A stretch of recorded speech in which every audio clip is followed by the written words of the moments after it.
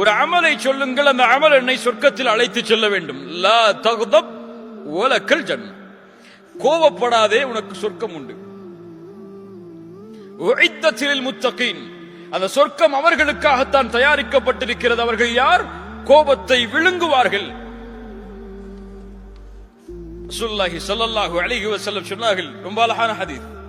யார் ஒருவர் கோபத்தை கட்டுப்படுத்துகிறாரோ, அதை வெளிப்படுத்துவதற்கு தகுதி இருந்தும், வெளிப்படுத்த முடியும் என்ற நிலைமை இருந்தும், யார் கோபத்தை கட்டுப்படுத்துகிறாரோ, அல்லாஹ் ரப்புல் ஆலமீன் நாளை மறுமையில் படைப்புகளுக்கு முன்னால் அவரை அழைத்து சொல்லுவான், ஹூரிலின் பெண்ணில் எந்த பெண் உனக்கு தேவையோ எடுத்து செல்லு.